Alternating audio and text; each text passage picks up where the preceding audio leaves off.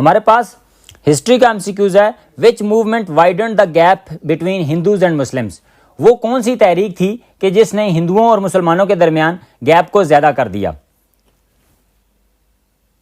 अब यहां हमारे पास ऑप्शंस हैं खिलाफत and Moplah rebellion, Aligarh and Deoband, शुद्धि एंड संगठन, कांग्रेस एंड लीग। तो हम इनको वन बाई वन देख लेते हैं। खिलाफत मूवमेंट तो वो वाली मूवमेंट थी जो मौलाना मोहम्मद अली जोहर और मौलाना शौकत अली जोहर ने 1919 में शुरू की थी, कि जिसका मकसद ये था कि उसी तर्ज पर बरसगीर में भी हुकूमत कायम की जाए कि जिस तर्ज पर हुजूर सल्लल्लाहु अलैहि वसल्लम की वफ़ात के बाद खुलफाए राशिदीन ने कायम की थी। मोपला रिबेलियन ये एक ऐसा प्रोटेस्ट था या ऐसी बगावत थी कि जो केरला के किसानों ने किया था। केरला के किसानों के ऊपर जो हिंदू लैंड लॉर्ड थे, जिनकी ज़मीनें थी, वो उनके ऊपर जुल्म करते थे, उनको उनका हिस्सा नहीं देते थे, उनको मेहनत का फल नहीं देते थे। तो इस हवाले से खिलाफत मूवमेंट ने भी मोपला रिबेलियन वाले जो किसान हैं उनकी मदद की थी और उन्होंने प्रोटेस्ट किया था 1922 में। अलीगढ़, ये सर सैयद अहमद खान वाली मूवमेंट थी कि सर सैयद ने ये चीज़ देख ली थी कि मुसलमान तब तक हिंदुओं के साथ या ब्रिटिश के साथ मुकाबला नहीं कर सकते जब तक वो दुनियावी तालीम बिलखुसूस अंग्रेज़ी न सीख लें। देवबंद अलीगढ़ के मुकाबले में थी कि जिसका मकसद ये था कि मुसलमान खालिस इस्लामी जो तालीम है वही हासिल करें। शुद्धि और संगठन, ऑप्शन सी, ये दुरुस्त जवाब है कि ये ऐसी तहरीकें थीं कि जिन्होंने मुसलमानों और हिंदुओं के दरमियान जो फासला है उसको ज़्यादा कर दिया था। शुद्धि और संगठन की तहरीकें ये हिंदुओं की तहरीकें थीं कि जो बरसीर के मुसलमानों को ज़बरदस्ती हिंदू बना रही थी। वंदे मातरम का जो गीत है वो ज़बरदस्ती गाया जाता था, गाय पर पाबंदी लगाई गई थी। ये जो सारे मामला थे ये शुद्धि और संगठन वाली तहरीकों के ज़ेर एहतमाम हो रहे थे। कांग्रेस और लीग ये दोनों खालिस सियासी मूवमेंट्स थीं। तो 61 का ऑप्शन सी दुरुस्त जवाब है। एमसीक्यूज नंबर 62 है, when did General Pervez Musharraf assume control of government by overthrowing Nawaz Sharif. General Pervez Musharraf ने नवाज शरीफ का तख्ता कब उल्टा था। इसका दुरुस्त जवाब है ऑप्शन बी, अक्टूबर 12, 1999। हुआ यह था कि जनरल परवेज मुशर्रफ अपनी फैमिली के साथ श्रीलंका के दौरे पर गए हुए थे। जब वो वापस आ रहे थे तो उनका जहाज़ को यहाँ पाकिस्तान में लैंड नहीं करने दिया गया और फिर यहाँ पर जो है वो जनरल परवेज मुशर्रफ ने यहाँ पर जो आर्मी के ऑफिशियल से उनको कहा कि आप एयरपोर्ट का कंट्रोल संभालें। उन्होंने कंट्रोल संभाला और फिर जब जनरल परवेज मुशर्रफ यहाँ पाकिस्तान में लैंड हुए तो उसके बाद उन्होंने नवाज शरीफ का तख्ता उलट दिया। ये तारीख थी अक्टूबर 12, 1999। 63 नंबर एमसीक्यूज है, which highway is a symbol of Pakistan China economic cooperation. Pakistan और चाइना इकोनॉमिक कोऑपरेशन की निशानी कौन सा हाईवे है, यानी वो वाले कौन से हाईवे है जो पाकिस्तान और चाइना को मिलाती भी है और वो हमारी जो है वो कोऑपरेशन की निशानी भी है। ऑप्शंस हैं जीटी रोड। अब जीटी रोड तो पाकिस्तान और चाइना के को मिलाती नहीं है। वजह यह है कि जीटी रोड 1545 में शेरशाह सूरी ने बनाई थी कि जो बंगाल और कोलकाता से होती हुई लंडी कोतल तक आती है। मोटरवे M1 मोटरवे का जाल बिछा हुआ है पाकिस्तान में और M1, M2, M3 इस तरह मोटरवेज हैं। M1 वो वाली मोटरवे है जो इस्लामाबाद को पेशावर से मिलाती है, तो यहाँ भी चाइना के साथ मिलाने का कोई कंसेप्ट नहीं है। कराक्रम हाईवे, ऑप्शन सी, ये दुरुस्त जवाब है कि जो पाकिस्तान और चाइना को मिलाती भी है और इकोनॉमिक कोऑपरेशन का एक सिंबल भी है। कराक्रम हाईवे ये कराक्रम हाईवे 1300 किलोमीटर लंबी है जो पाकिस्तान और चाइना को मिलाती है और 1978 में इसको आम पब्लिक के लिए खोल दिया गया था। चौथा ऑप्शन है डी, यानी सिल्क रूट।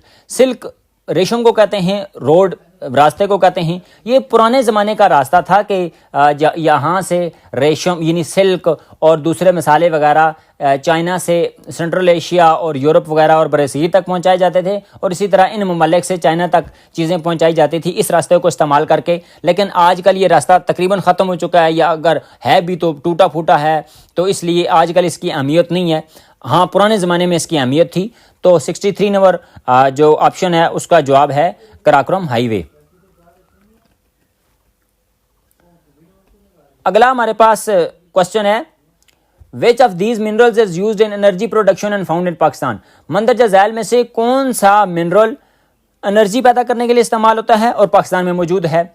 हमारे पास ऑप्शंस हैं marble, coal, china clay and gypsum. अब हम देख लेते हैं कि मार्बल तो एक पत्थर से बना होता है, ये आमतौर पर जो है वो फर्शों वगैरह में लगाया जाता है या किचन वगैरह में इस्तेमाल किया जाता है टाइलों के तौर पर, तो इससे एनर्जी पैदा नहीं होती।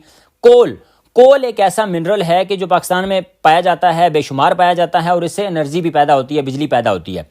चाइना क्ले यानी चिकनी मिट्टी, इससे बर्तन वगैरह बनाए जाते हैं, लेकिन इससे एनर्जी वगैरह नहीं बनाई जाती। जिप्सम भी पाकिस्तान में पैदा होता है, लेकिन इससे सीमेंट बनाया जाता है और एनर्जी पैदा नहीं होती। तो दुरुस्त जवाब है ऑप्शन बी। 65 नंबर क्वेश्चन है, when did the British prime minister declare to transfer powers to India? British prime minister ने कब इंडिया को पावर मुंतकिल करने का ऐलान किया था? तो इसका जवाब है ऑप्शन बी, फरवरी 1947। फरवरी 1947 में जो इंग्लैंड के प्राइम मिनिस्टर थे क्लेमेंट एटली, उन्होंने ये ऐलान किया था कि जो अंग्रेज़ हैं वो जून 1948 से पहले पावर्स ट्रांसफ़र कर देंगे यहाँ बरसगीर के लोगों को, और ख़ुद वो चले जाएंगे। और इसीलिए उन्होंने जो आखिरी वायसराय था लॉर्ड माउंटबेटन, उसको हिंदुस्तान का आखिरी वायसराय बनाकर भेजा था और उसको ये टास्क दिया था कि आप जाएं और जो ट्रांसफ़र ऑफ पावर का जितना भी काम है उसको संभालें।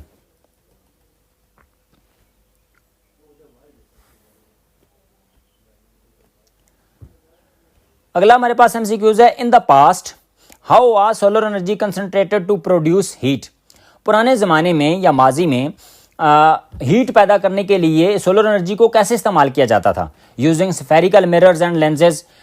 जो स्फेरिकल मिरर, स्फेयर कहते हैं आधे सर्कल को, यानी एक सर्कल होता है उसको हम स्फेयर भी कहते हैं, गोल चीज़ को हम स्फेयर कह लेते हैं। और जब उसको दरमियान से काट दें, जो प्याले की शक्ल बन जाएगी, जो सी की शक्ल बन जाएगी, हाफ सर्कल बन जाएगा, उसको स्फेरिकल कहते हैं।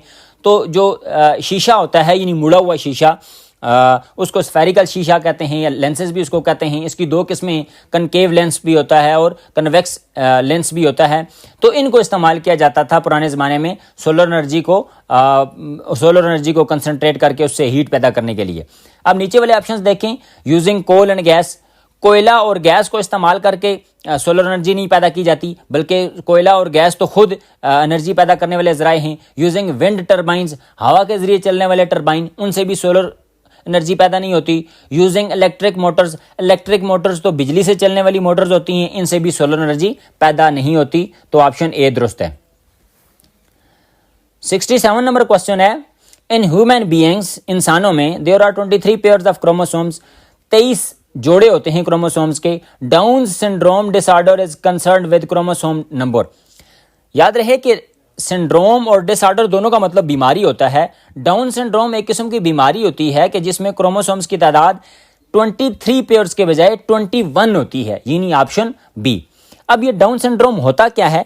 डाउन सिंड्रोम ये होता है कि आमतौर पर जब एक क्रोमोसोम अपने जैसा एक कॉपी बनाता है, तो चूंकि इंसानों में टोटल 46 क्रोमोसोम्स होते हैं जो कि जोड़ों की शक्ल में होते हैं, और इस तरह 23 जोड़े बनते हैं।